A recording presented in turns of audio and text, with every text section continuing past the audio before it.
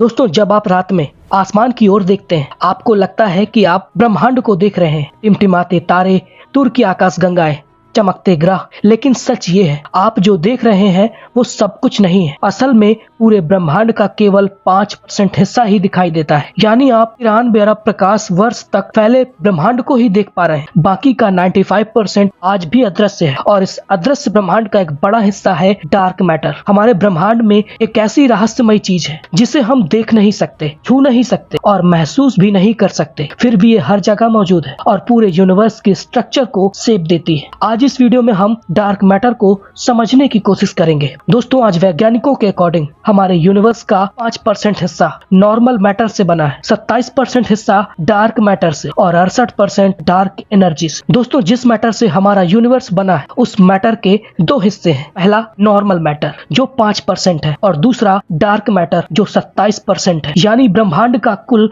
32% हिस्सा मैटर है और इस 32% में से 85% मैटर डार्क मैटर है और सिर्फ 15% मैटर नॉर्मल विजिबल मैटर है जिसे हम देख सकते हैं। अब सवाल उठता है कि आखिर डार्क मैटर दिखता क्यों नहीं। दरअसल डार्क मैटर प्रकाश को एब्जॉर्ब नहीं करता, यानी अपनी तरफ खींचता नहीं और ना ही रिफ्लेक्ट करता है और ना ही किसी तरह का कोई प्रकाश छोड़ता है। और फिजिक्स के अकॉर्डिंग किसी चीज को हम तभी देख सकते हैं जब वो चीज इन नियमों को फॉलो करे। यानी देखने के लिए प्रकाश के साथ इंटरेक्शन जरूरी है और इसीलिए टेलीस्कोप से इसे देख पाना पॉसिबल नहीं। हम इसे सिर्फ इसके गुरुत्वाकर्षण इफेक्ट से पहचानते हैं। इस अदृश्य पदार्थ का जिक्र हमारे हिंदू ग्रंथों में भी मिलता है। ऋग्वेद और उपनिषद में ब्रह्मांड के निर्माण में 3 मुख्य तत्व बताए गए हैं। पहला प्रकृति यानी विजिबल मैटर जिसे हम देख सकते हैं। दूसरा पुरुष यूनिवर्सल कॉन्शियसनेस, एक अदृश्य शक्ति जो हमें दिखाई नहीं देती। तीसरा आकाश यानी स्पेस। इन्हीं पुरुष और आकाश को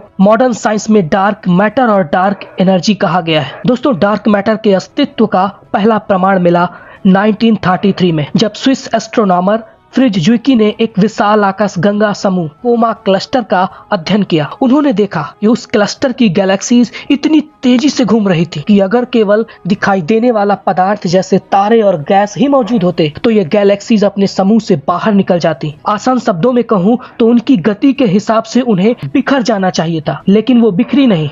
इसका मतलब था कि कुछ ऐसा मौजूद है जो दिखाई नहीं देता लेकिन एक्स्ट्रा गुरुत्वाकर्षण दे रहा है। ज्विकी ने इसे नाम दिया मिसिंग मास यानी गायब द्रव्यमान। हालांकि उस समय बहुत से वैज्ञानिकों ने उनकी बात को सीरियसली नहीं लिया। उन्हें लगा कि शायद कैलकुलेशन में गलती होगी, लेकिन कहानी यहीं खत्म नहीं हुई। 1970 के दशक में अमेरिकी एस्ट्रोनॉमर वेरा रूबिन और उनके सहयोगी केंट फोर्ड ने स्पाइरल गैलेक्सीज का बहुत डिटेल में अध्ययन किया। उन्होंने एक खास चीज मापनी शुरू की जिसे गैलेक्सी रोटेशन कर्व कहते हैं। रोटेशन कर्व मतलब जब कोई गैलेक्सी घूमती है तो उसके अलग अलग हिस्से अलग दूरी पर होते हैं। कुछ तारे केंद्र के पास और कुछ बहुत दूर बाहरी किनारों पर। और न्यूटन के गुरुत्वाकर्षण नियम के अकॉर्डिंग जो वस्तु केंद्र से जितनी दूर होगी उसे उतनी धीमी गति से घूमना चाहिए। ठीक वैसे ही जैसे हमारे सौरमंडल में पृथ्वी सूर्य के पास है, इसीलिए तेज घूमती है, लेकिन नेपच्यून बहुत दूर है, इसीलिए इसकी गति बहुत कम है। तो वैज्ञानिकों को उम्मीद गैलेक्सीज के बाहरी हिस्सों के तारे